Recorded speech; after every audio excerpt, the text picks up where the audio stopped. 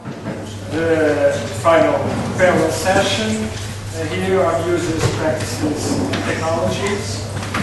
We have 5 papers scheduled. We probably have 4. We have one presentation missing. Okay, it's not two, it's 4. So we have in fact 4. Probably was 4 or 3, but that works. And we'll start with Susana Fonseca on the social construction of heating and cooling power. I'll give you 20 minutes. Okay, No more than 5 minutes. Yes, please. Well, good afternoon. So I'm here to present you,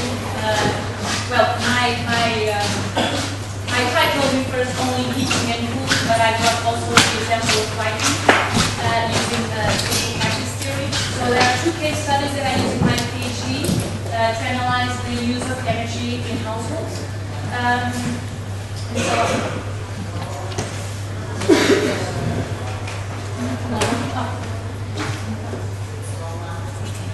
So these are the basic elements. I mentioned in this room, all of you know them because you work on energy and in the social area. So we know that energy can have both a distinctive element in people's lives, but can also be basically routines that we are just, they are present in our lives, but we use them to build our comfort, to be able to do the things, the routine things on a daily basis. And so it materializes through the services it provides us. And it's also embedded in infrastructure and policies, products and services. And it's also kind of the background that I use to start my research. So when we look at how the energy consumption and the energy is an issue in Portugal, you can see that, as in many other European countries, the 70s was an important element. The crisis, the energy crisis, the 2 energy crises that happened in the 70s. And it's even interesting when you analyze legislation, for example, in Portugal, in 1974, 1975, and you see things like, more related to saving than with efficiency. Okay, so it's like cutting down. People have to use, for example, in public lighting, they would have to use 10% less than in the last year. And those were the kind of things that appeared on legislation. There was never a report analyzing how effectively they were implemented, but that was on the legislation. So it's much more energy saving in the 70s, and then we kind of progressively, and as happened in other countries, went to the energy efficiency. And I won't go through that at this presentation in very detail, just to know that Portugal also felt that kind of energy problem. And households and the energy consumption has been seen so far mainly as something as a rational, by a rational lens. So we use the information and incentives, all the policies at European and even in Portugal, of course, in recent years, basically the Portuguese legislation is very similar to European legislation for all these reasons.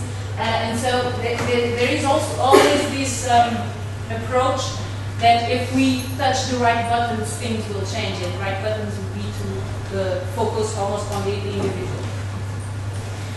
And we can see by results, I have some in the next slide, that in the end we didn't get what we expected from our study. So people expected to reduce the energy consumption, and energy efficiency was presented also as a good strategy for that reduction, but in the end, we still, in many countries, and you can see by European data, are still increasing the energy consumption.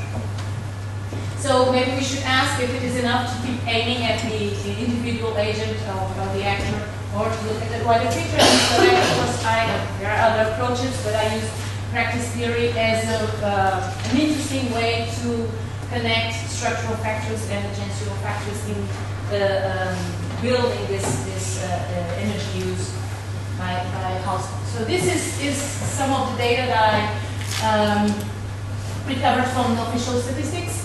So we can see that in almost all aspects, we've been increasing the energy use, be it energy, in final electricity, even in a smaller period. We can see that Portugal is obviously a very bad example, but also in the European Union, in the 15 members, or if you consider the 27 members, the increase in use of energy is there. So although we had a huge investment on energy efficiency, we have not reached the objectives that we wanted to be more sustainable. Because we know that in terms of world needs, energy needs, the future is challenging. That's the least we can say about it. And so the developed countries, I would say, are not giving the good example to other countries. And even the climate change and all the discussion about reducing carbon emissions, and we can see the results are not there. Of course, there are individual countries that have better performances. We can see that, but also when you see that a country has stabilized their energy consumption, you can see that the stabilization is here. It's, in any case, much higher than in Portugal, for example, although we had a 44% increase in the use of electricity. So, practice theory, I won't go into much detail because I trust that all of you are very familiarized with it. There are several perspectives. I believe that for analyzing energy, the perspective by Tristan Hansen is one of the most interesting. This division between four elements, practical knowledge. So it's like what we bring with us, from our family, the experiences we had. The knowledge rules more related to what we learn on a day-to-day basis on about new technologies or new solutions. This more institutional knowledge, meanings and engagements related also to the services that energy provides to us. What it means for us, lighting, the way we use lighting in a house, what it brings to us. Is it just comfort? Is it more functional needs that it provides? And also, of course, technology and material structures that allow us to perform certain practices and all that, of course, are part of the energy practice. So the study, I also had a survey, but the data from the survey I didn't bring today. Just the interviews with 14 families. I would have to say that these families were kind of special families because they volunteered to a wider project to reduce their energy consumption. So it was, and they were volunteers, which means that they had some kind of information and curiosity about energy and how they use energy in their daily life. So it's not. These are not representatives from the general population, I can say that. And then, of course, I also talked to several experts, energy experts, people connected to companies that provide solutions, both in heating and cooling and in lighting, NGO members, and also public officials working on energy policy, both at the local and the national level. Just to give you two data that I think is important. For example, for lighting, Portugal has, according to the national statistics, a much lower consumption than the European Union, average European Union, 27 countries. Of course, that is also related to our geographical position, the fact that we have a lot of natural light, but also due to our practices of lighting the house. It is quite different from the ones we can find, for example, in northern countries. And in terms of heating and cooling, and this is usually a surprise for everyone, it was a surprise for me, that we spend much more on heating than on cooling. Usually people imagine that in Portugal we cannot survive our summers, but we can live well in the winter. Of course, we have winters with temperatures much more comfortable than many countries in Europe.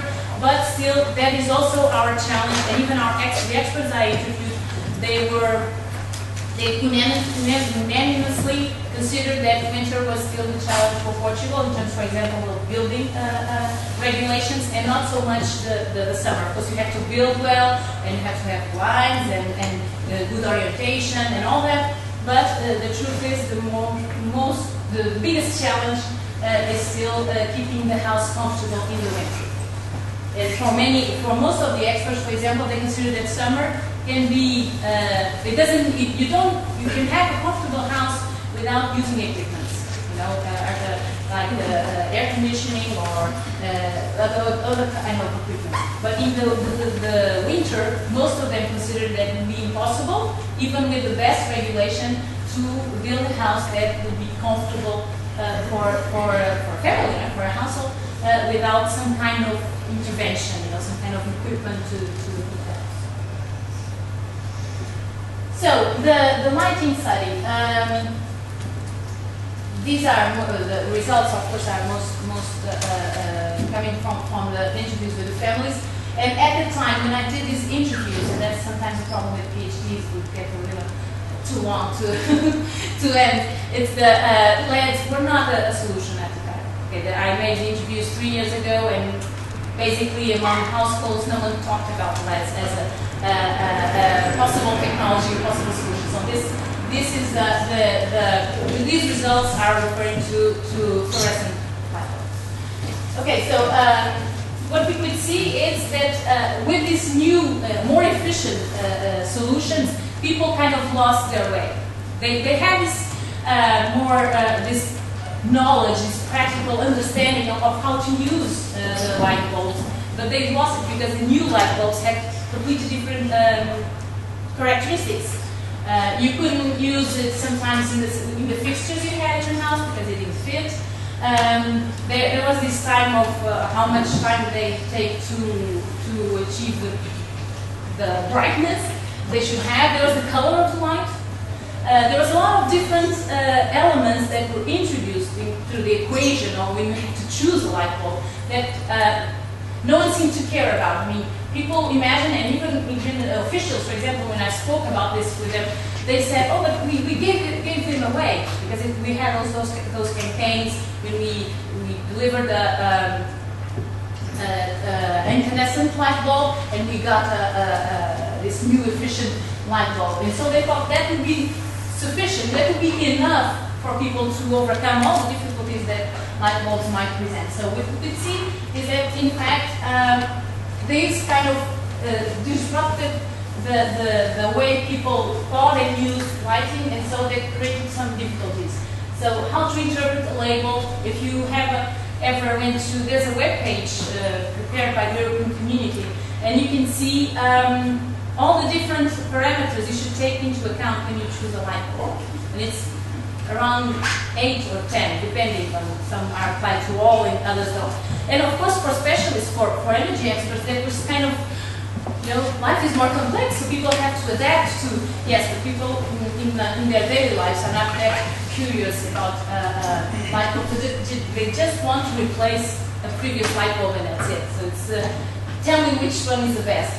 And most times people are buying it in supermarkets and there's no one there to tell them which one is the best. So they buy, sometimes they buy, and I have, for example, some experience. Someone bought the first light bulb and then they never bought another one because it didn't fit in the picture that she had at home, and so she didn't know with whom to talk to, and so she didn't buy it. And although she was a very, she was worried about the environment, she could pay, she could buy the light bulbs, and she had no problem with buying light bulbs, she just didn't know which one to choose. So all these kind of characteristics were important. And also another element that I believe has been it hasn't been addressed, is how to handle a light bulb that breaks. We have, of course, we also have this fluorescent, tubular fluorescent lights that was quite common in Portugal, but the truth is, if you increase the number of light bulbs that have dangerous elements inside, that are considered a dangerous waste, then you got to give some information to people on how to deal with that. So, and that is not, it's also an area that is not being properly addressed, I would say. In terms of engagement and meanings, this, I would say, for people, this kind of diversity of light bulbs that we all saw appearing on the shelves of the supermarkets, kind of led to people think about which light bulb is better for each use. So people began to think, and this is not necessarily a bad thing, because probably if people got the right information, they can buy the best light bulb for the function they needed. But the truth is, and also, if you look, for example, to magazines, I don't know how to say this in English, but it's, you know, house magazines, how to decorate your house and use the light. And you can see that in Portugal it was very common for a living room to have just one ceiling, light bulb in the ceiling. So there's no this, and I don't know if some of you this, huh?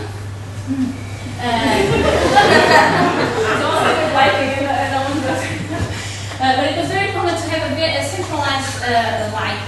And not so much this decentralized in every corner. I even brought something that I believe was a big mistake that was made by our National Energy Agency. That was a brochure about how the right light. This is probably something you might have found it in other countries, because I believe it was adapted from another country.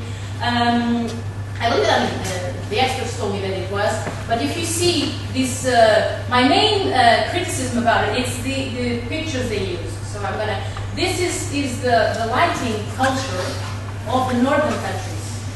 This is not the culture in Portugal. But of course, when I look at these pictures, some of them I think lighting is not very well, it's not sustainable to have all these lights, but the truth is it looks comfortable.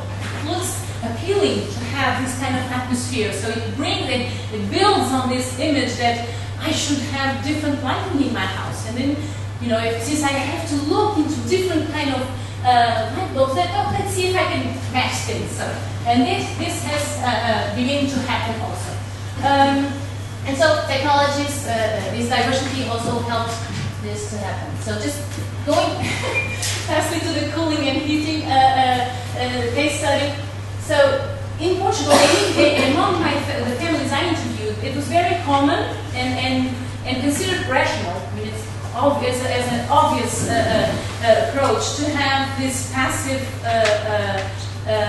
approach. That means if it's cold, it's normal to use another layer of clothes and not just turn on the heating, for example. People even complain about working conditions where they had to use just this kind of clothes during the winter. They thought it wasn't rational to do so.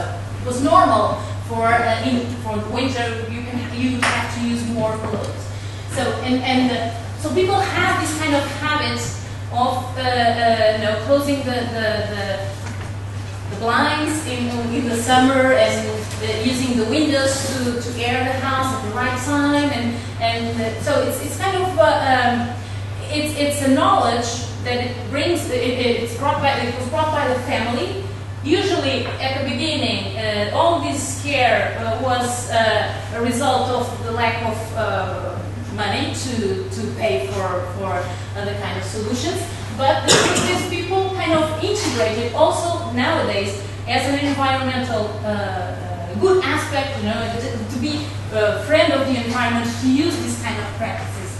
And what we can see is that the fact that they, in their offices, in their cars, when they go to any kind of leisure activity, the fact that they are constantly surrounded by an indoor temperature that is controlled, and usually kind of similar between summer and winter and spring and autumn, this kind of brings this notion that that's normal. And for many in the room, I believe you consider that to be normal, but we don't. And my main, I would say my main argument is that we still have good practices that could be considered sustainable, both in heating and cooling and in lighting. And so what it seems to me is that all this, even the regulation on buildings, for example, it's a clear example, because this was recognized by the experts. It was a clear example of this increase in the presence of weatherization systems. They recognize that this European regulation kind of helped to bring into the houses particularly in the service area, but also in households, these weatherization technologies. It's the easiest way to fulfill the parameters of the regulation. Because it's more, yes, thank you. It's much more difficult to use the passive approach. We have knowledge, but for example, at universities, and I spoke with some professors at universities, and they say that, for example, students have much more classes, more hours of classes related to weatherization technologies than they have with the passive approach. So we're kind of losing that knowledge. And of course, once the technology is installed, it's there to last, and people kind of get used, because it's better to be in a controlled, not better, but it's comfortable to be in a comfortable temperature. You're not having to make all this management. But the truth is, people kind of might be able to accept it, for example, now for environmental reasons. But you might lose that ability if you continue insisting on weatherization, to use weatherization systems everywhere. And there's also another problem that I believe in Portugal can be a real problem, that is heat pumps. They are now presented as the most efficient way to heat or cool a house, and they probably are. I'm not questioning the data, but I'm a sociologist, so I won't go into that. That's not my debate. My debate is, as soon as you install a heat pump in a house, and you might do it up for heating, it is there for cooling. So if you can pay for it, which of course in Portugal doesn't always happen, but if you can, you will most likely use it, and when today you don't, because you usually have just the equipment for the heating and not for the cooling. So I do believe that practice theory can help us in, I think this is one of the big discussions around practice theory. Can it help us, changing things in the future, not just seeing how things happen and change.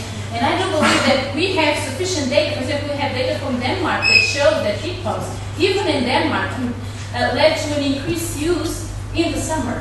And Denmark is not Portugal. It doesn't have the same needs of cooling that we have in Portugal. So I believe that practice theory can help us in building this more sustainable society to see where problems may appear. And I believe heat pumps may be a huge problem for southern countries if they get installed, despite all the efficiency they may have. And also the importance of policies to highlight lifestyles that are less energy intensive. We don't have that nowadays, quite on the contrary. And I think that is also an area that should be addressed. I'm sorry. I prepared 8 slides to try to not to.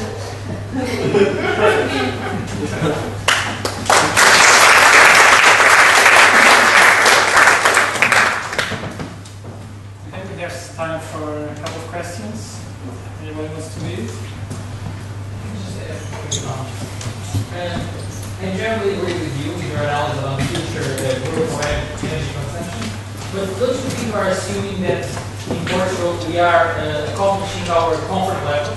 Because I don't think we are. You say that heat pumps in the future for cooling or heating, but then maybe I'm cold at home, and in the summer I'm very hot, and maybe if I have heat pumps, air conditioning, it could be useful. I know it will imply a growth on consumption, but then maybe Denmark is 80% levels of comfort, in Portugal they are 20%, they have to be free sweatshirts. It's okay, no t-shirt, not the t-shirt with 10 degrees outside. Okay. There's a balance between technology and comfort. Yes, I agree with you on one aspect. The fact is we spend much less energy than most of European countries because they have other needs, in the winter particularly, but it's true. Per capita, we beat almost every country in Europe, so that is true. But I see it as a good thing, not as a bad thing. Okay, so they're not the good ones. No, in this case, I believe we are the good ones. So we have to find ways to, even if we have to increase, and I do believe we will have to increase, and that 44%, it's part of that increase in comfort. But we should work with more. For example, in heating and cooling, we should not work so much with weatherization technology, but with the envelope. So we should hugely invest in renovating houses, but renovating in a way that It will allow for people to use the least they can of energy to remain, to be comfort. And even being comfortable, it's a cultural definition. It's not, I know there are specialists who have defined it in many ways, many experiences, but there's also this other approach that shows that, for example, people have an ability to adapt. So these 20 degrees, or between 18 and 24, 25, you have this ability to adapt. And we are kind of losing it and building this idea that it's normal to have, like, I don't know, 23 or 24 in the winter, and then in the summer 18, and that is not sustainable. So we have to I also should tell you that I'm from the environmental movement. I've been there for 10 years. So there's, just to let you know, my approach is I believe it's scientifically enough. I mean, I use the data that I recovered, but I also have a strong perspective on the need for sustainability. So I think that's where we should invest. Gordon? Yes. First of all, weatherization is a horrible American word. We ought to stop it coming anywhere near Europe. It's a campaign against weatherization.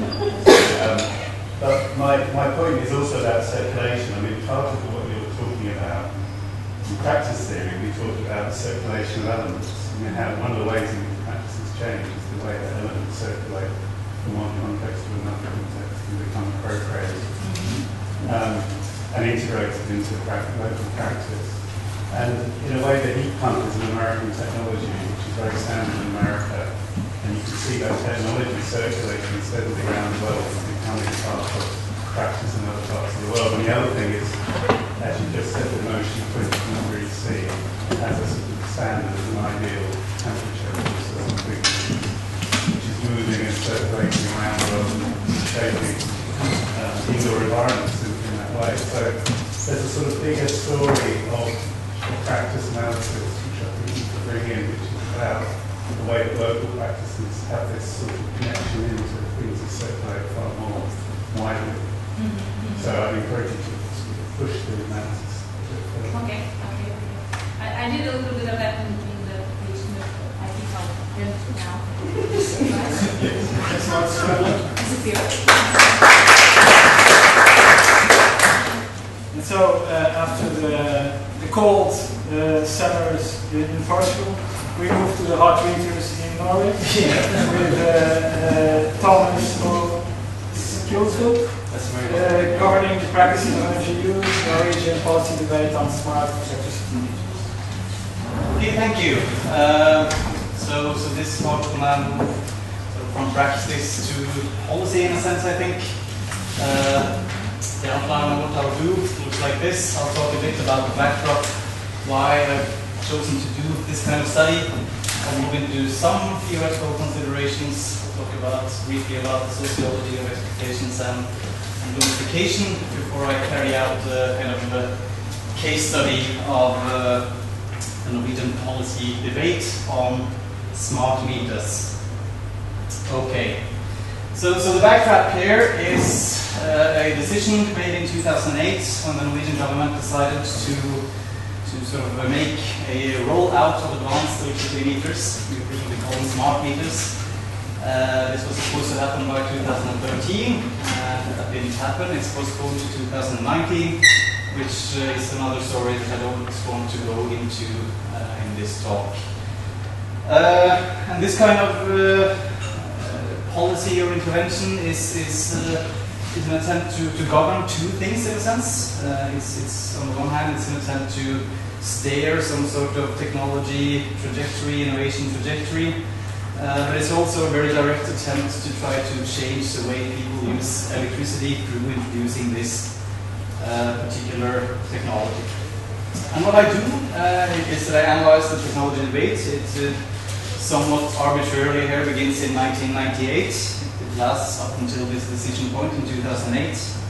And I looked at various types of data. I haven't put a methodology and data slide here, but it looks at parliamentary debates, media debates, these kinds of technical policy reports, and all these kinds of documents.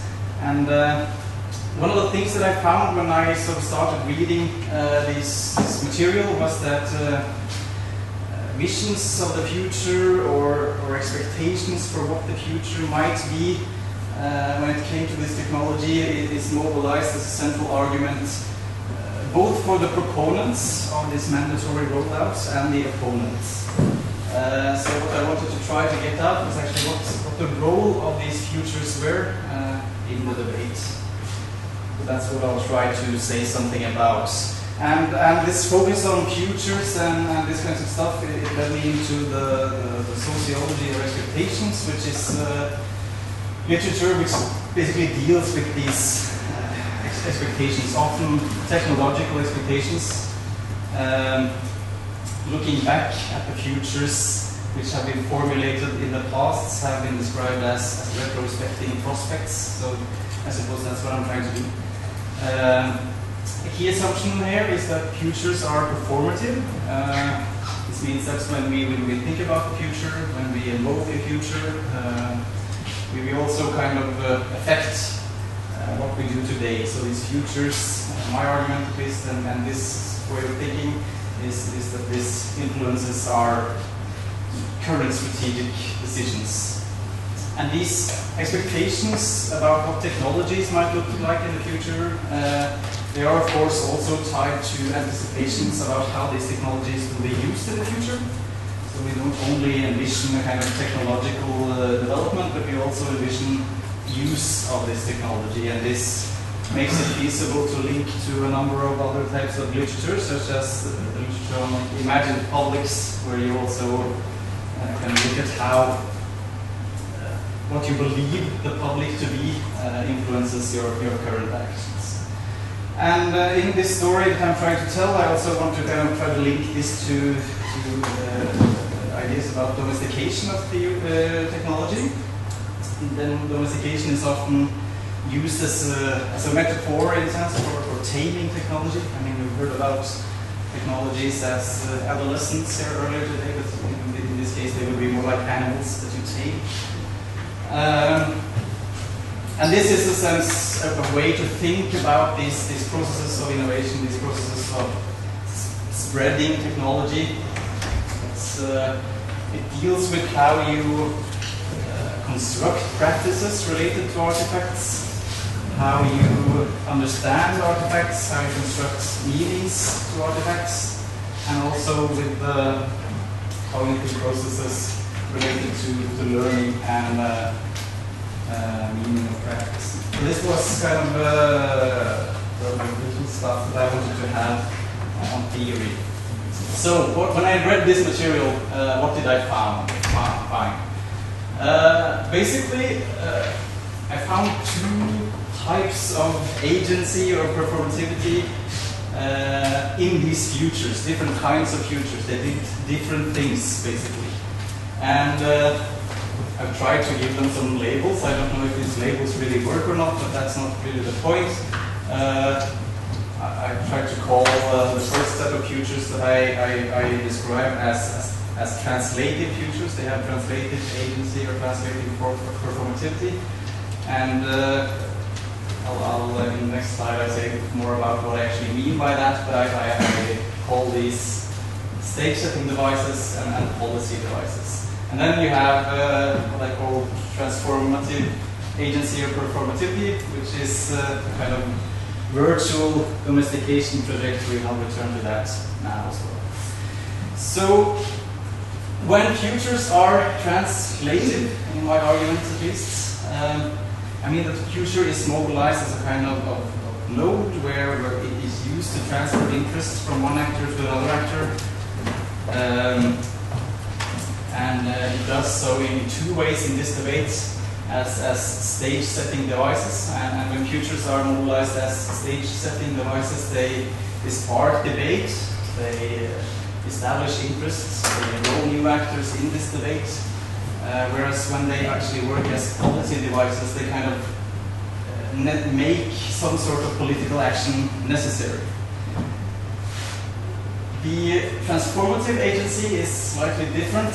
I mean, this is a more subtle kind of thing where the understanding of what the technology, in this case these smart meters are, changes in a sense throughout the period. And I'll try to be more concrete and illustrate.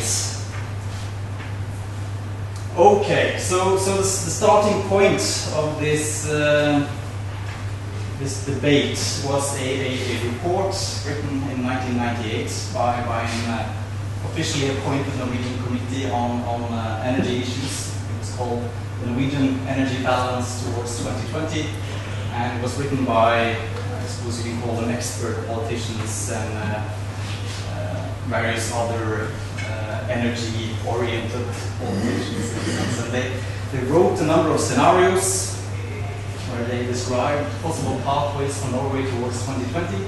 And in most of these scenarios, these advanced electricity meters or smart meters were very important. These futures had very nice names, very positive names. There was one road or one scenario called green brain power, for example, one called the climate road. And in these kinds of ways of thinking about the future, these smart meters were imagined to be important at some point. And they suggested an obligatory implementation of this technology by 2003. This was quite optimistic, I suppose. This is just a kind of example of how, when they describe the future after installing these advanced meters, they would say things like, it turns out that this affects people's knowledge or their consumption in a positive way. So this is the kind of future that they imagine. And these futures, they became reference points when the debates moved on. Other people picked up on this report, and that's what I mean when I say that it's a stage-setting device. It becomes something that other actors cannot sort of disregard. They just hook on to that in the next set of debates. This is from another site, so to speak. This is from a parliamentary debate or from a proposition by a Norwegian politician called Sylvia Brustad, which would later become a parliamentary debate. But this is also an example of what I call stage setting. She sort of evokes two different futures. She says, in a situation where there is, where it seems like the expansion of new power production will remain limited, it is vital to stimulate consumer flexibility. So there's a lot more stuff in her paper, so to speak, but basically what she does is that she evokes two different futures. There's one future where we in Norway will not have more installed electricity capacity. We will have no more power plants to generate electricity. And there's this other, perhaps overlapping future where we have what she calls increased consumer flexibility. And basically up until 2004,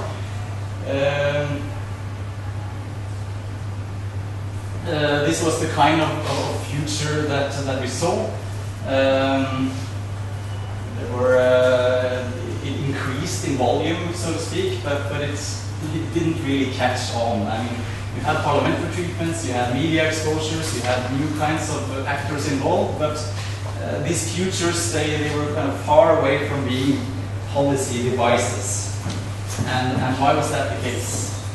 Well, in my argument, this has to do with the way that these technologies were domesticated in this material. In other words, what they were understood to be, or what they were understood to might become sometime in the future.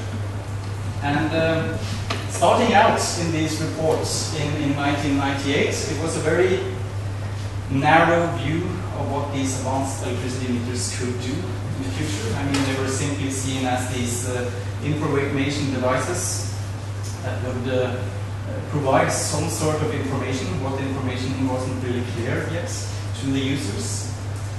These users were described as very sort of rational individuals, very much in line with the classical homo economicus thesis, where they would get information about their electricity consumption and thereby change it. So this was the future on a kind of micro level there, and when they zoomed out, so to speak, to talk about what this meant for society in these reports, it was also quite narrow. I mean, they talk about peaks, shift loads, these kinds of things. So very specific things related to electricity consumption.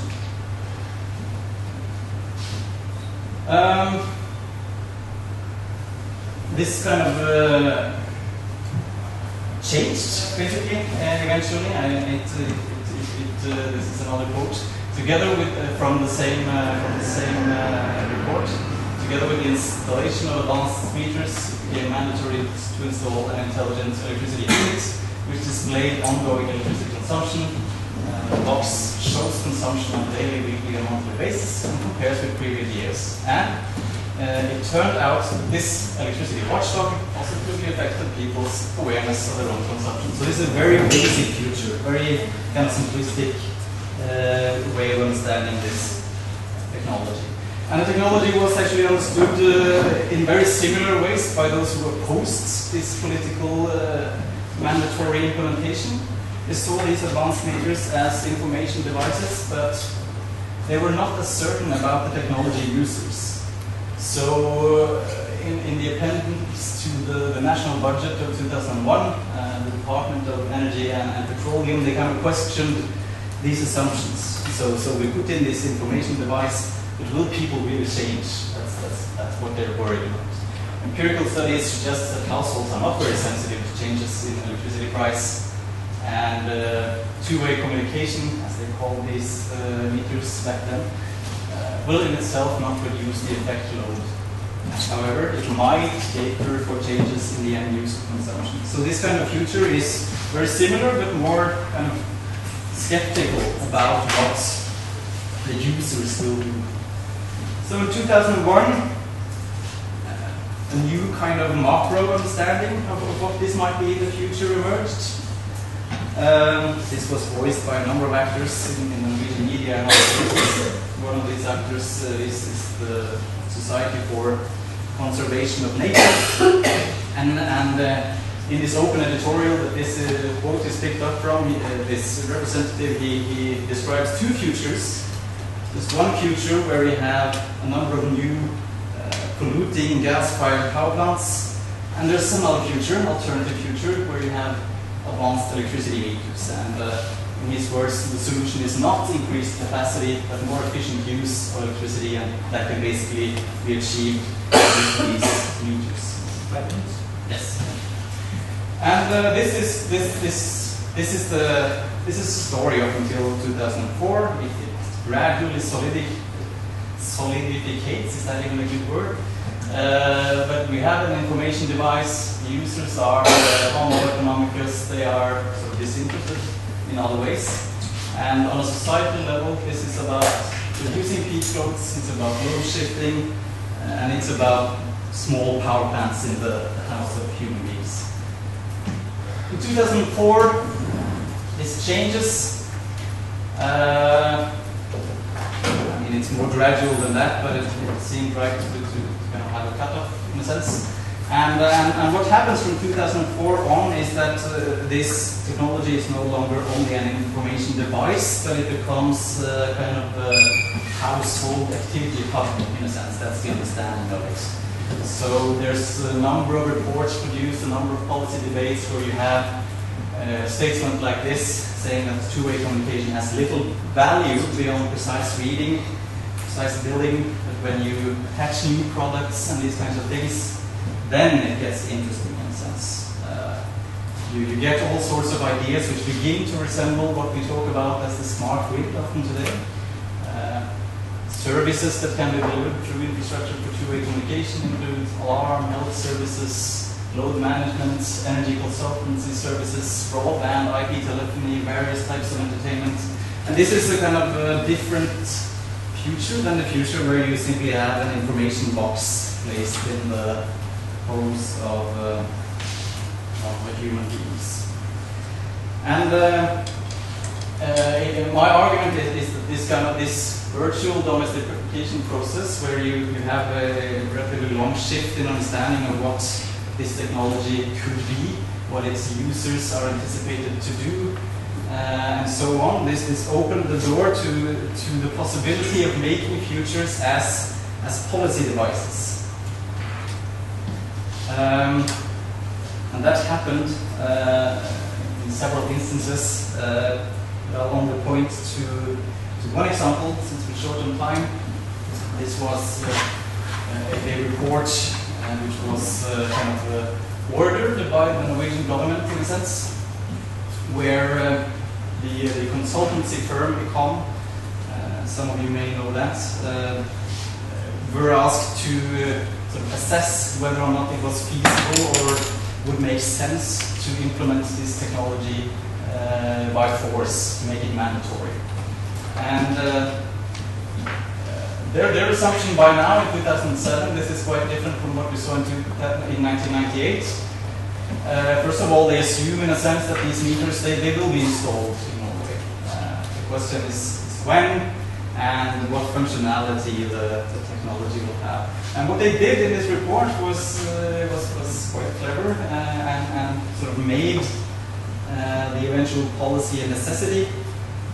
They wrote two futures in a sense, only two scenarios. One scenario where you had this regulation and mandatory implementation. They wrote an alternative scenario where you did not have it. And basically these futures, they're quite different. The future where you did not have this regulation would have very slow implementation of the technology. Technology choices would be suboptimal. I mean, energy companies and other actors are economically rational in this view, and so they would choose the cheapest technologies. You would have development of different types of standards, and in this future you would not reach the potential that these meters could possibly lead to. However, in the other future, where you had regulation, you would have a much quicker rate of implementation. You would ensure standards, so everyone had the same technology. This would open the door to third-party actors who could use these data. This would become a platform of innovation, and in the end, you would realize the huge potential that these smart meters could entail. Thank you. And half a year later, after these futures were kind of written, the new draft legislation was passed, and with reference to this future. So this is a very kind of concrete example of these two futures being used as policy devices. And that basically concludes my story. We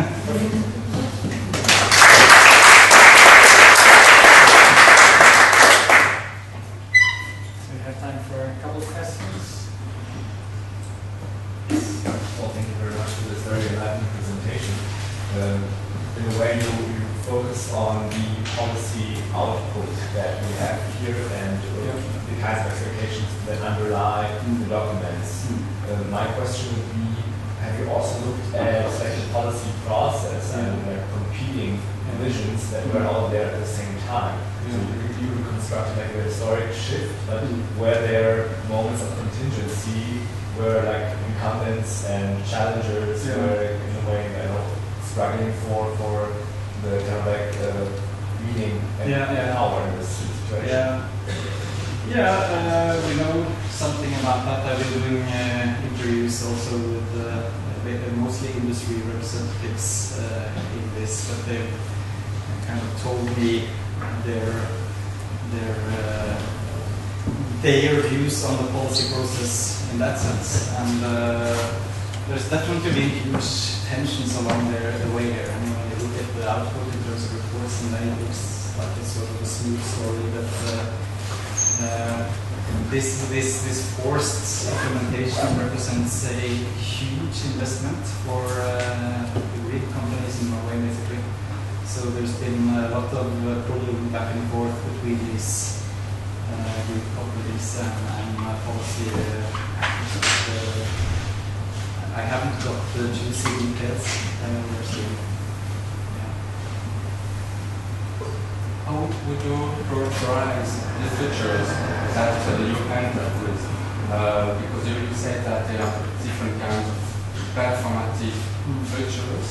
And here we've got a very simple case which talks very directly to regulators. So it's directly performative for them, but how would you characterize that?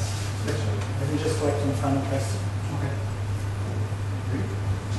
Yeah, thank you. It was very interesting. In the Netherlands, we also had a debate, and there was chosen not to regulate this, primarily because of the privacy debate. And I wonder if this issue came up in Norway.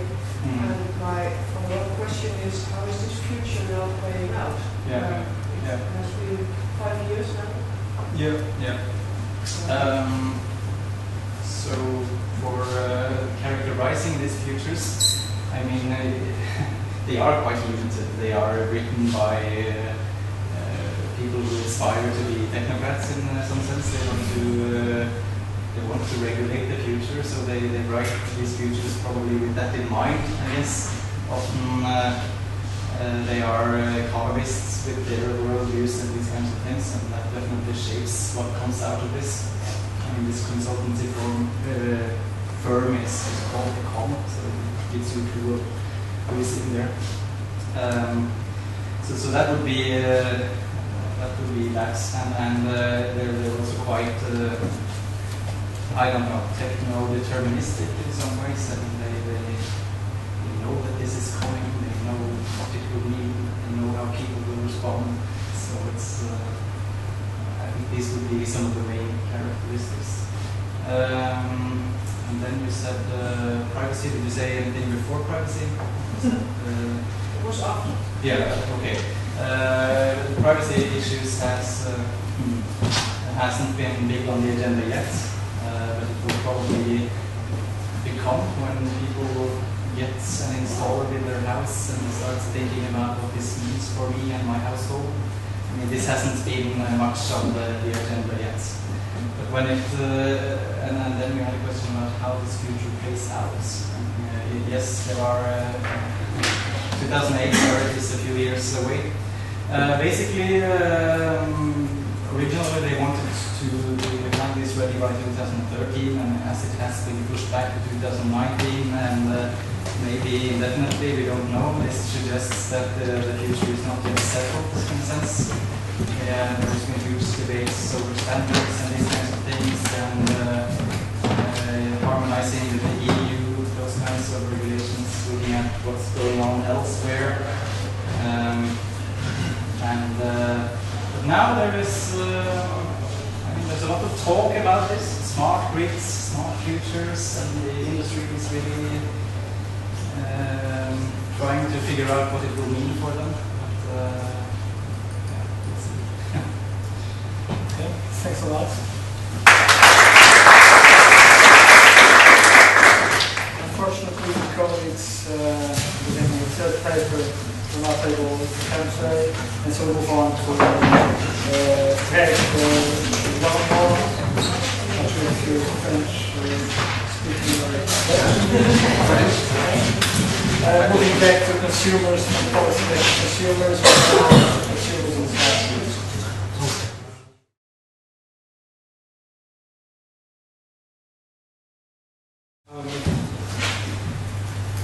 So that's I could have named the title of my talk. It could have been the democratization of the grid or whatever about the enrolment of consumer in smart grids. And I'd like to start very quickly with some kind of normative assumption about futures. So it's maybe I don't know if there will be performative, but the idea is really that we will go from energy as a stock, as it is now, that's something which is always there, to a much more liquid energy, which will be a flux, so characterized by variability through space and time. And it means that we will have to integrate much more renewables into the grids, and at the same time that we will have to have some kind of decrease or degrowth of energy demand, and that's the best way to increase the share of renewables in energy mix. And there is also assumptions that are made now about the development of the grids that storage capacity will remain quite limited or quite expensive. So we will have more and more intermittent energy sources in the grid, but at the same time weather forecast will improve so that we can figure out what kind of energy we will get the day after. So I think we are in the beginning of a long-term learning process in which we will have to know how we can adapt our activities and practices to available energy. And that's really what the smart grid is, the idea. So just to remind you, the electricity grid is probably the biggest machine ever built. It means that at each point on the grid, the balance between consumption and production has to be realized. And so the idea of smart grid, as probably you know, it's going from a big power plant centralized to more distributed energy. I'd just like to comment that it doesn't mean that energy will be more democratic in some way, as it has been assumed sometimes, but because today we see a kind of financial or sense of democracy, because people who got money to invest in photovoltaics in some way can take part to the grid, but you need to invest money so to be a part of the smart grid today. And the idea is really of the smart grid to reverse the logics on which the grid is based. Now, when you demand energy somewhere on the grid, there is production occurring. In the future, the idea is that because there is energy on the grid, you should consume it. And if there is no, you should try to decrease your consumption. So I'm here in this talk really interested in which kind of political assumption there is on the grid development and how the users are enrolled in smart grids. And you've got typically two opposite views on consumer. There is the very active consumer, and this is what is required by a lot of policy papers from the Commission or other things.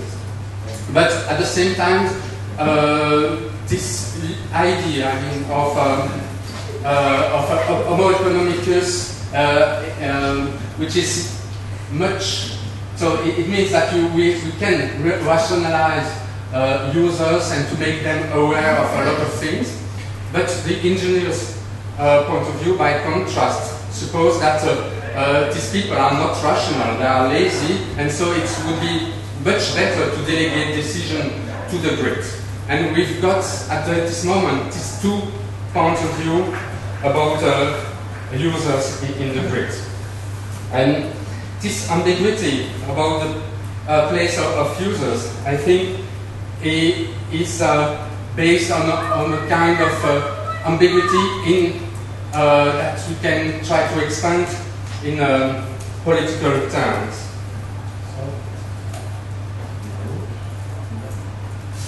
And to try to understand what is this political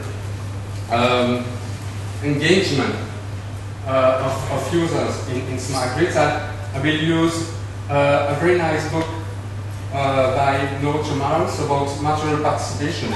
In this books, she asked how we can extend democracy to non-humans, which is a quite typical STS question.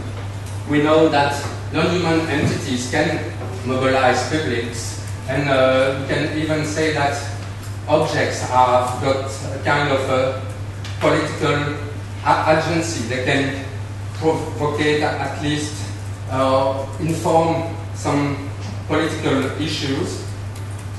And we can observe that people are engaged in material devices today for environmental reasons, sorting waste, for instance, but we have seen with smart meters, and that's another way to try to engage people, energy feedback, and so on. And this new distribution between objects and people blurs a bit the distinction between private and public, because it means that now people are invited to act politically in their homes, in materially participating to the environment.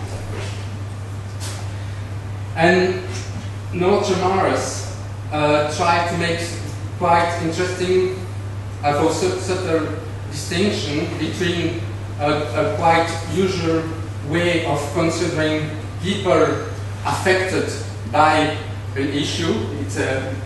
She called that the community of the affected,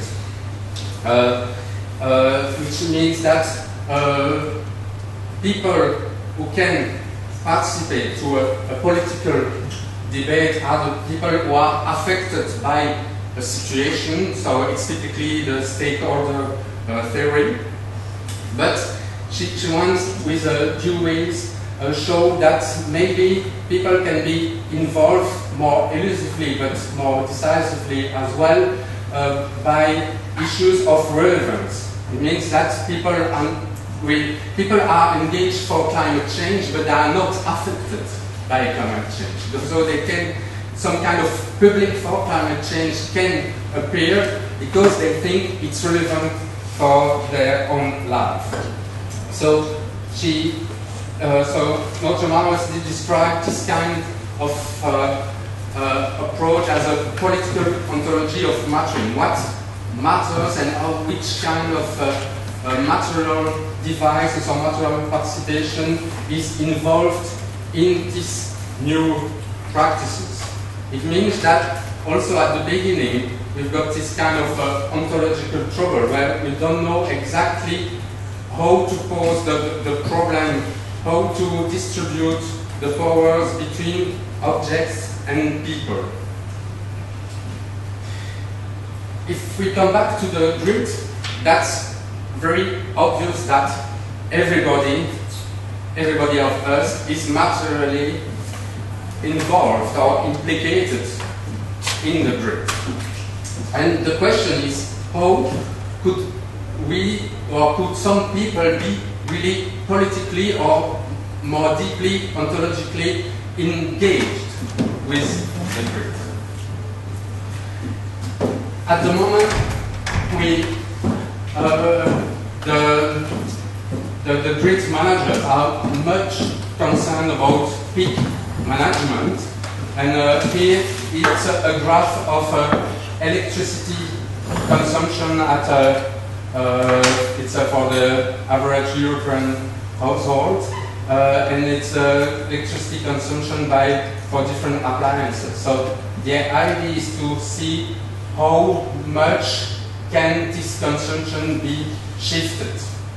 And there are other quite recent reports about which kind of appliances can be used at other times that there are no. So there are a strong pressure on households to engage them with the grid issue. But how to do that? There is this long, quite long device that has been studied. It's the feedback. So with the smart meters, the idea is to provide a in-home display so people can control their consumption. That was the the assumption. But now more and more grid managers and energy providers talk about demand response. It means that people would react to some of signals to shift their consumption. And so they speak about flexibility. We've heard that also in Tomas' talk. And flexibility has a strong resonance also in policies, obviously. It means that people should be more and more flexible, as they should do on a world market, as you know. So, what can we learn from feedback studies? There's a lot of assumption when you think that feedback on energy consumption will help people to reduce their energy consumption. People are interested by their energy consumption. It's very easy to control it. They want to know more about that and so on. But what we see in recent European studies, it's that even in the best cases, it yields very little effects, and probably it will be close to zero. But contrary to what was expected 5 years ago, it was around 10 or 15%. And when you look at these studies, you observe that 90 to 95% of people just opt out from this kind of pilots. It means that people are not interested in this kind of material device. They don't want to be engaged in the grid in some way. And from other studies also, you know, but you can guess that it's very difficult to shift your consumption. You can do that with some kind of appliances, but most of your consumption is not shiftable. And it's also what we see if we look at demand response tools. But these results have been taken from studies also in the United States, because it's there that there is the biggest problem of peak management and peak shifting. And the idea is to use different kind of tools, combining prices and tariffs, and sometimes technology. So critical peak pricing is typically a tool that increase prices during the peak period, and it's not very often that you've got that in the year. It's 10 to 20 times. In time of use, it's typically a peak and off-peak time, so it means that you've got a fixed price for the day, for different period of the day. Peak time rebates, you've got a rebate when you reduce your energy consumption when there's a peak. And real-time pricing, that's the holy grail of providers. It's what they say, because it will be the price of the wholesale market of electricity on a hourly basis. But can you imagine that household will have to adapt to variable prices everywhere? And so you see that. Okay. You see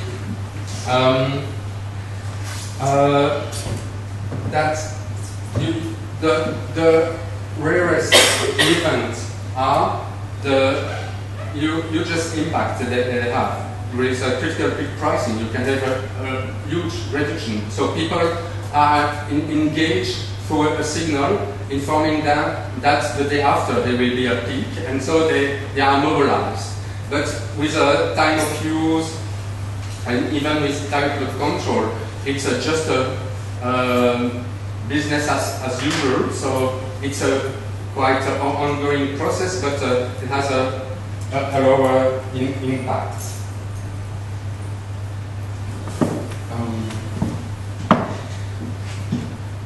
this is an observation from my current project. I'm working in Belgium about users of heat pumps and photovoltaics. And what is really striking for me in the interviews we've done with a dozen of people and SMEs is that people who've got photovoltaics want to be independent from the grid. They really say that. And so you can see that, that's the production of the PV, that's the consumption of the heat pump, and that's the total consumption. It means it's the meter at the end of the meter. It's positive or negative. And when they say they want to be independent on the grid, they compute that on a yearly average. It means that they want to produce as much as they consume on a yearly basis. But they don't realize that they use at each moment the grids either to get electricity or to inject them. And so they are not aware that they are materially or engaged in the grid. So,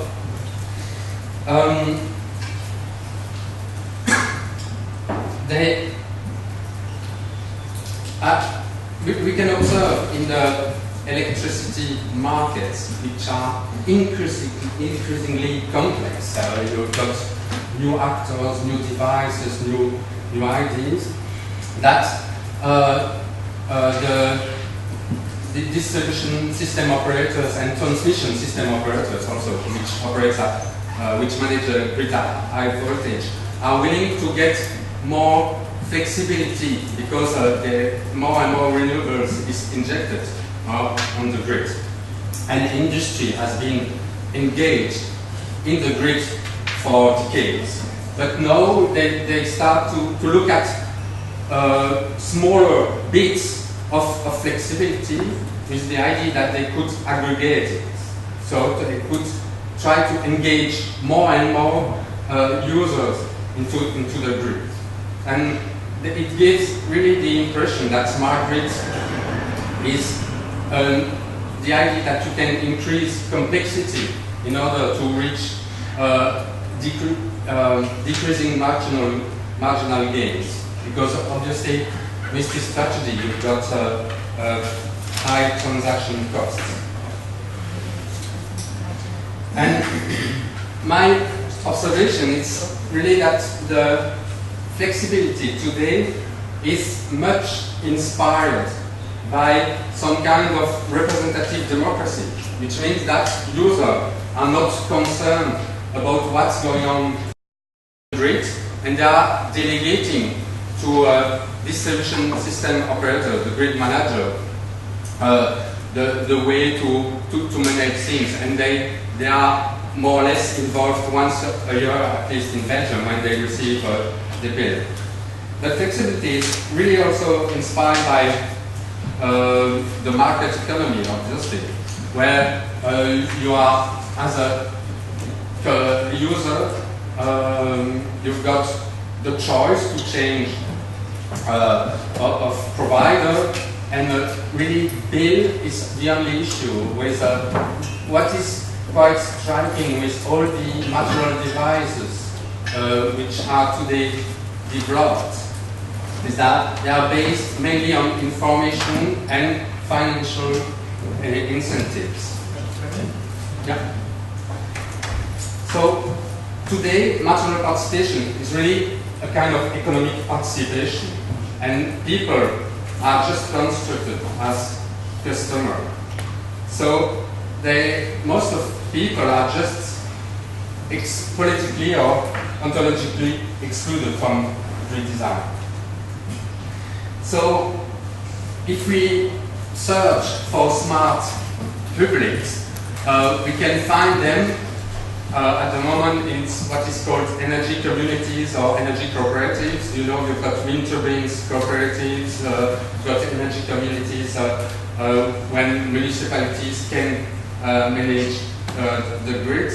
And my guess is that other public might emerge when the flexibility will be in the grid will be exhausted, and that other material devices would be developed. You can observe also maybe some some new public when the grid ownership will change. You can imagine also that with a climate change relevance increasing, people will be more engaged, or other assumptions that disruptions in the grid could also make people more aware of that they are engaged in the grid. Thank you.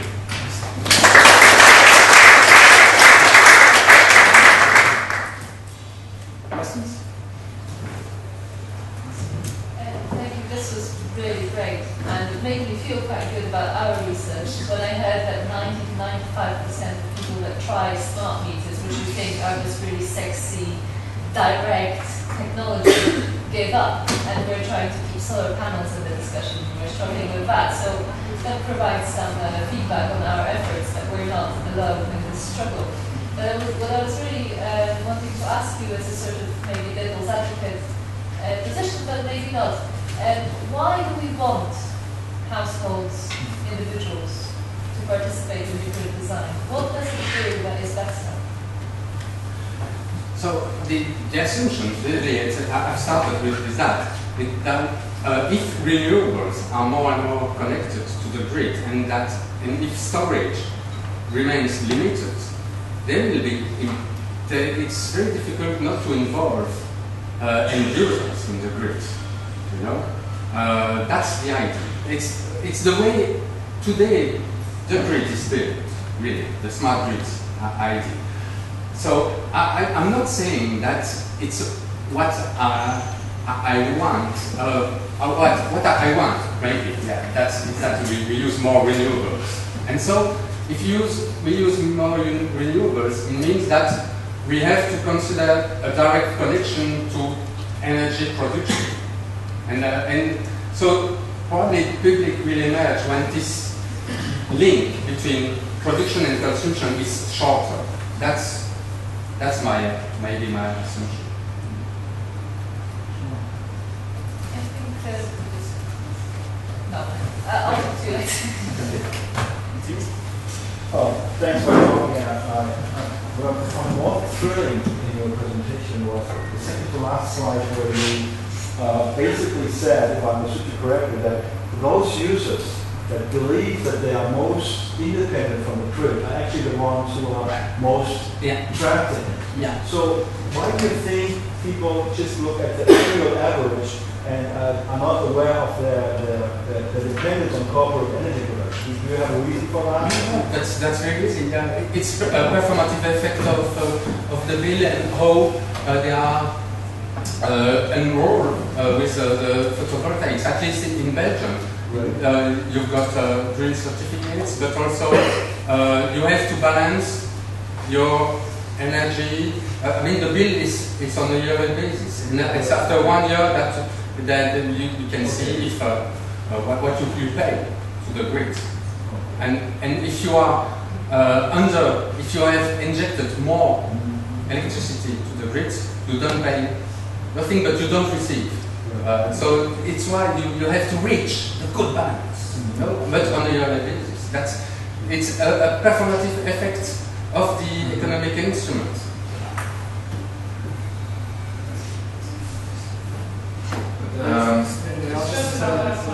Just keep 2 questions here and then.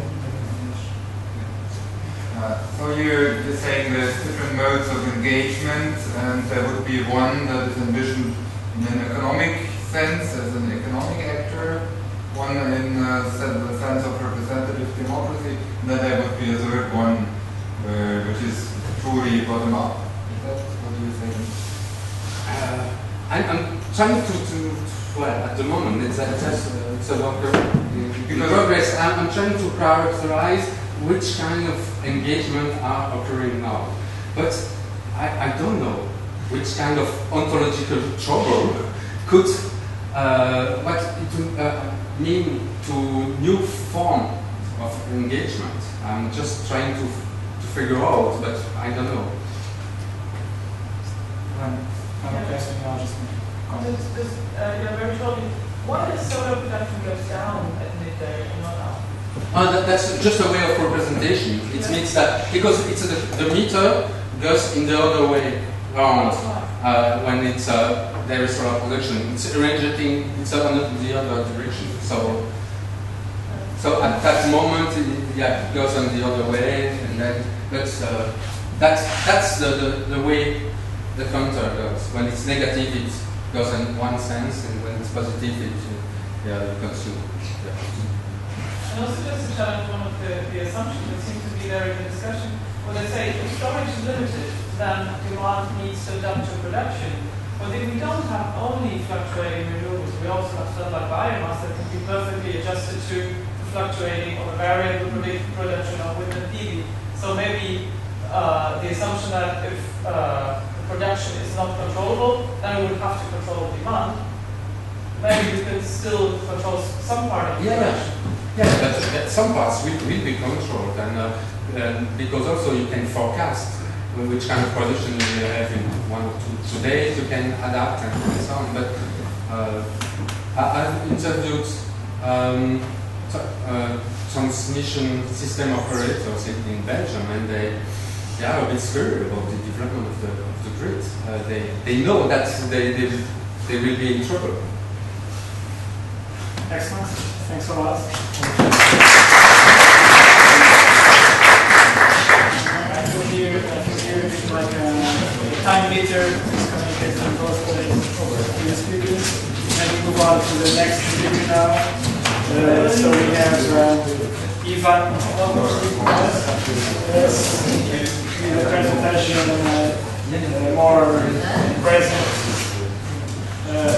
more present research and futuristic on key socio-economic elements of energy poverty in the developed world, the case of Spain.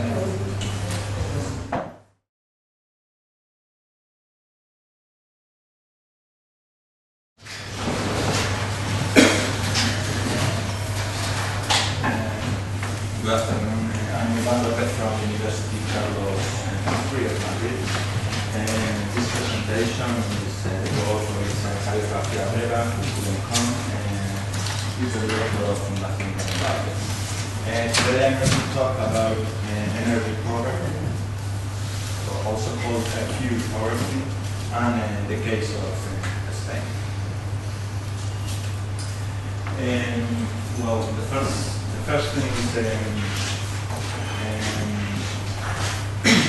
my concern with this subject is because, as it says here, energy poverty has been studied mostly for developing economies, but barely for developed economies such as in Europe. Right? And but that doesn't mean that this is a social phenomenon nowadays taking place and quite important, as we are going to see. Actually, the Energy Field Poverty and Energy Efficiency is an organization specialized in the European Union, specialized in this issue. It says that in Europe there are between 50 million and 125 million people suffering from field or energy poverty. And this figure will increase in the next years. Moreover, the possibility of larger social groups not just having difficulties with energy bills, but being forced to disconnection from energy sources. This represents a serious social problem, as I say, in the context of Europe in the next years. In that sense, the European Union has paid little attention to this issue of field poverty. And we can affirm that this is an invisible phenomenon for public administrations. We can find years ago from the European Economic and Social Committee this statement on energy poverty in the context of liberalization and economic crisis. This is a proposal that was taking account to take into account energy poverty when developing unproposed energy policies. Here, new social energy poverty is considered a new social problem. But little changes, we can see not too many changes since that proposal. And also,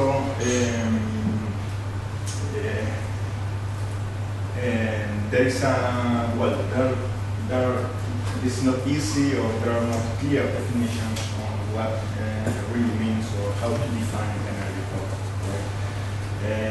There is not an agreement actually in the European institutions where we can find both terms, energy poverty or fuel poverty, and energy poverty refers to a wider range of problems related with energy access, and fuel poverty, as we are going to see now, relates more to low energy affordability. In any case, the first definition of energy or fuel poverty can be attributed to Brenda Bohr.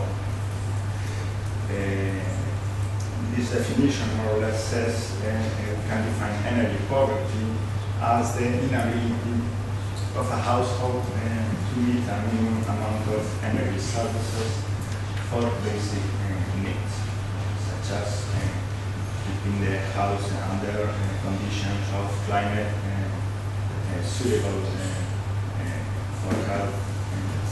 Another definition from which also Users energy poverty can be defined as a condition wherein a household is unable to access energy services. That is basically a disconnection from the energy source. We find as well difficulties when measuring fuel or energy poverty. And we can find in literature a range of methodological possibilities. Plus, there is not much data available in order to have more precise information on this problem in the European Union.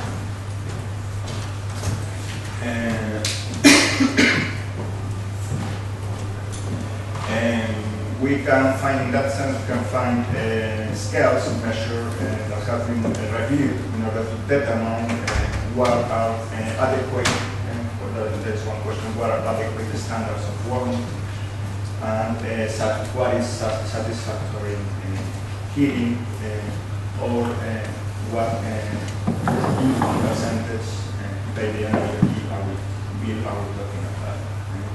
So it's not just income, as well as the possibility to reach these temperature levels. The temperature levels vary between countries, between regions within a country, but also, as many of the representatives have said before, we have to take into account the different cultures, traditions, education background, lifestyles, ways of living, consumption patterns, or experience with energy management in the house. There are many different variables that have to be taken into account in order to analyze this. Well, some figures on energy poverty in the case of Spain. What we've seen more before figures in terms of Europe. But in Spain, it's estimated 10% of households could be right now affected by energy, which means 3 to 4 million people. And its most extreme consequence is death. It's estimated between 2,800 and 900,000. As you can see, the figures are not very precise, and but still, at least to me, it's quite high. Since the 90s, Spain has one of the highest mortality rates in winter among the Occidental countries. We are talking about more or less warm countries, good weather. And 10% to 40% of additional winter deaths are attributed to energy poverty. There are two types of energy poverty that have been measured in Spain with different results. One is objective measurement, and the other one is subjective measurements. According to the objective measurements, such as energy expenditure and annual household income, based on the survey of household budget, the highest rates of energy poverty takes place in the north and center of the country. And that is the regions registering the lower temperatures throughout the year. At the same time, these regions are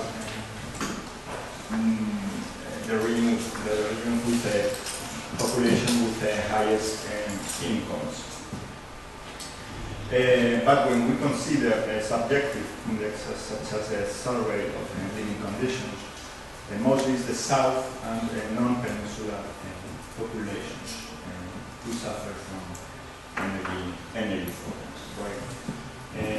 These regions are warmer than the north part of the country, but population is characterized by lower incomes and also poor isolation condition of households.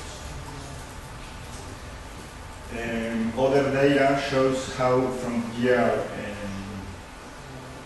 2008 to 2011 the default rate for the inability to pay the electricity bill has kept constant in 1.5%, but has reached 1.8% in last year. So it seems last year is a starting point for increasing these figures. These were some figures. Those are the figures we have, but we don't have so far more data. Well, what are the causes of energy poverty? Well, usually the causes, or the identified causes, are increasing or high energy prices, together with increasing family incomes and inadequate household efficiency.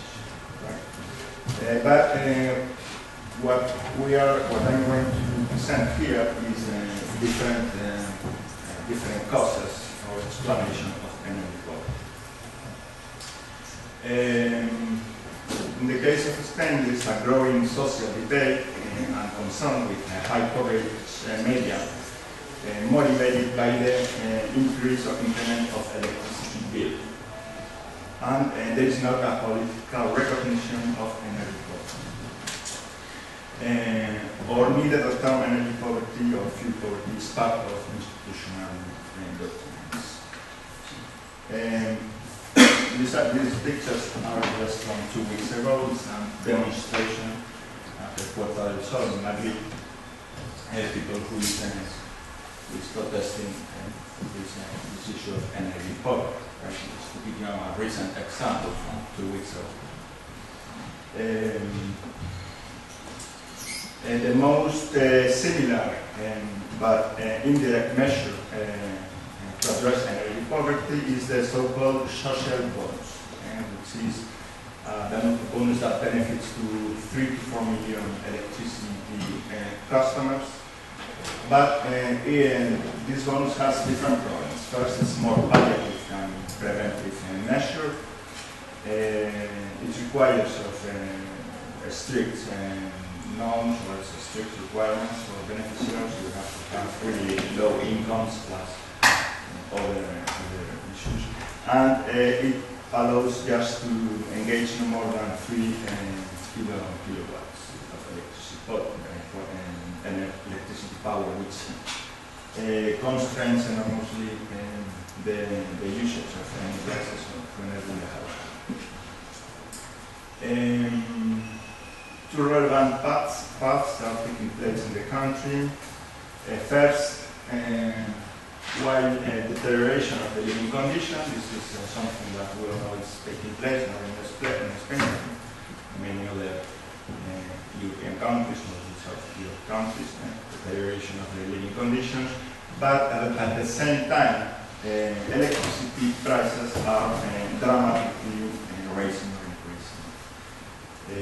Actually, Spain is the third European country with highest electricity fares or prices. Well, we can see that first slide, maybe translate this, and this graph shows the evolution of the electricity price in the last years. And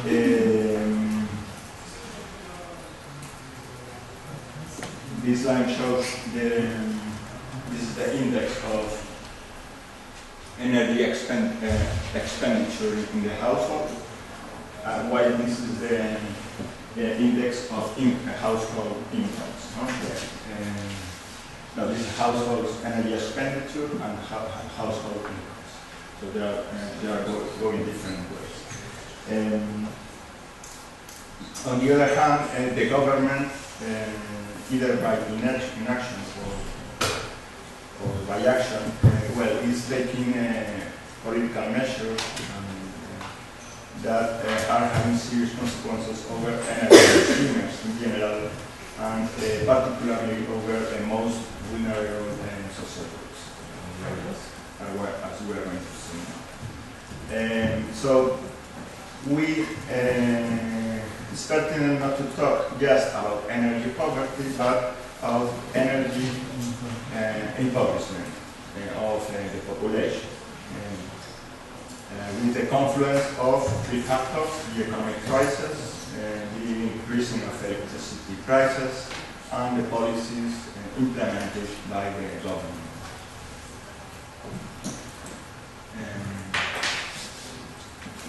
We can also talk about this term energy injustice in terms of the social injustices result of the conditions of the energy sector in the country. The Spanish electricity market is characterized by the lack of competitiveness, its complexity, and opacity. The paradox right now is that electricity demand has slowed down while electricity prices have doubled since the year 2000. There are some explanations for this. First, the high energy dependency, the peak dependency of the country, 80% energy dependency.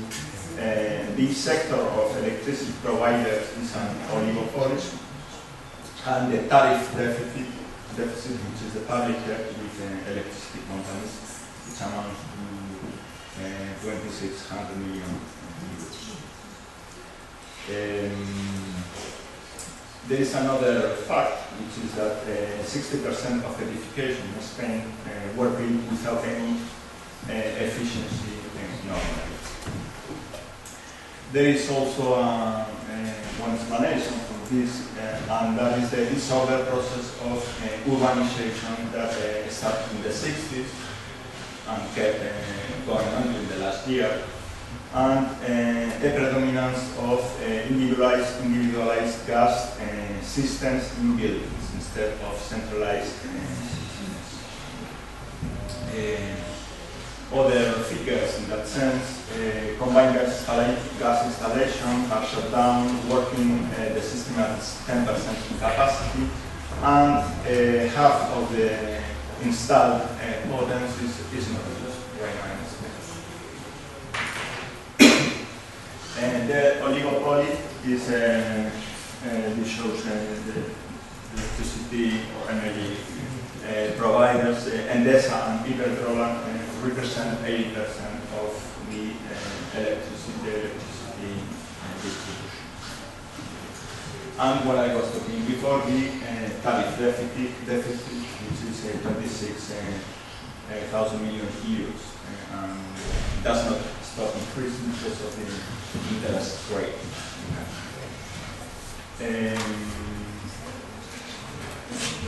In sum, what we have here is the socialization, what's called socialization of the energy debt, and population and consumers vulnerability. There are different legislative measures taken by the government. I don't have the time to stop here, but the last issue I want to talk about is the situation with renewable energies. Renewable energies are not the solution, but are part of the solution.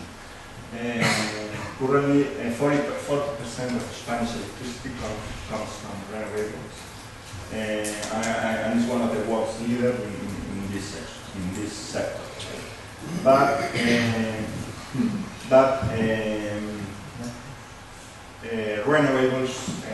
renewable energy subsidies have totally disappeared, and not only that, but there is a new tax approved by the government on renewable energy production.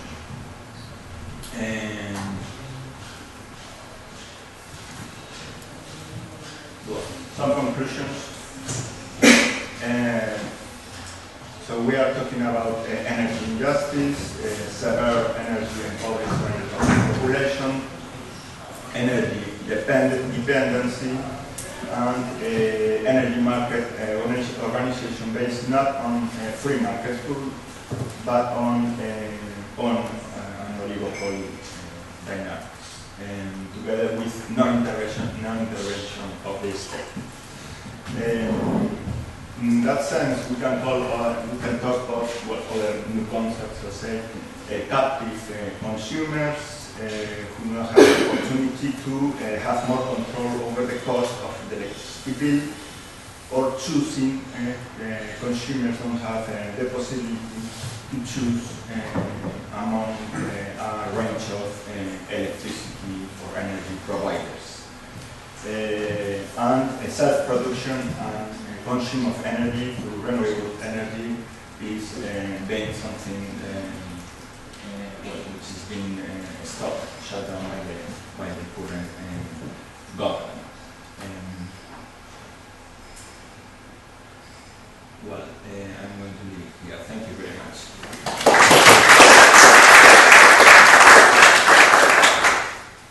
Thank you, Javier. That was very interesting. I mean, I think the sort of profile of energy poverty in different parts of Europe now has become quite differentiated. It's very interesting to hear more about the Spanish situation.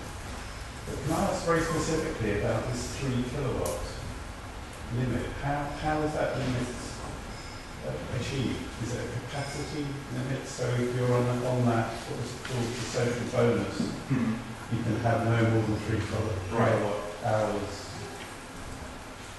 running through your system. Right. Is that right? Right.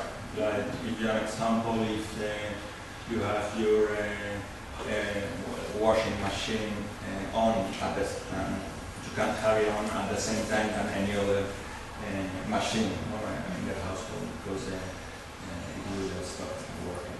So the supply would switch off. Right. Capacity. Right. So somebody would come into your installation? No, it's just switches off. Then you have to switch it on again by yourself. But that's built into the technology, the infrastructure of the home. Yes. That's the infrastructure of the home.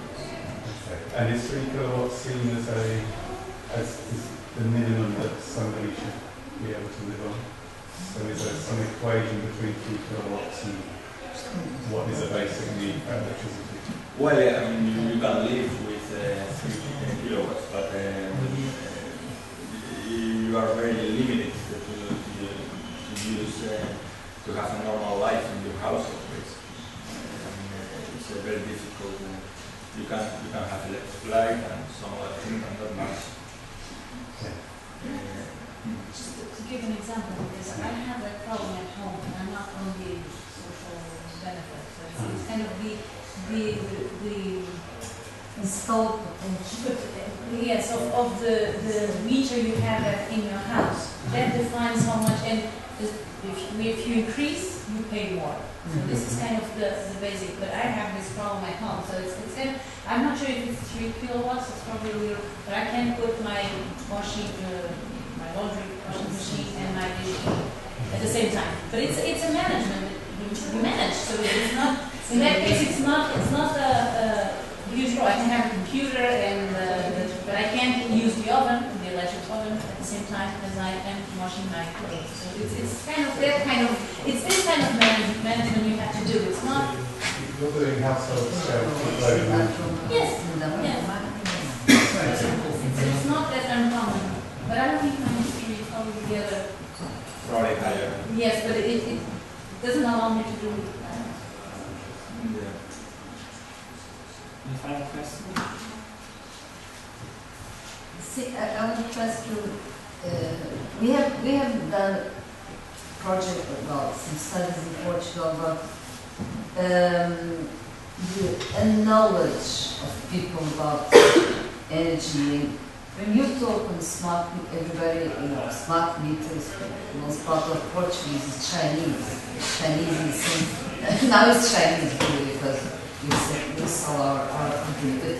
It's really difficult to understand. So this is one of the main problems because, and we don't have also local policies. Like for instance in Germany, where the municipalities have a very important job of creating autonomy and linking people with new technology that can, with the renewables, that can make them autonomous. So in Portugal we don't have those kind of policies, and I think we don't have it too. So that makes the problem even more important and dramatic, because people are also excluded of new solutions that could help them. In a not so expensive way. Yes, I was explaining, renewable energies are part of the not the solution, but part of the solution. And here, because renewable energies allow auto-production and auto-consumption, especially in rural areas, but also in urban areas for big buildings. But it's incredible the current government cut the financial aid for renewables, and not only that, but starting a new tax for producers of renewable energies. I think there is clearly, well, there is a big debate right now in Spain. This is why I think this issue as well to be Congress, no,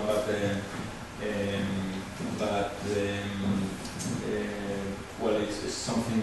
Well, clearly, is the government is in the part of the electricity companies and producers of energy producers, no, the oligopoly basically. And what people see is that electricity prices are increasing every year, every month, and there is and consumers don't have any control over what is happening. And so basically the risk is many people can get disconnected from energy source or have serious difficulties to, at the end, people pay the electricity bill because we need electricity. But if you pay the electricity bill, you don't pay other basic needs. Maybe you don't buy as much food as you might need, etc. So it's a complex problem. Susana had anything else to say? So we finish here the session, and thanks a lot to all the speakers for an excellent discussion, and with important issues also that were raised on the last conversation. Thanks.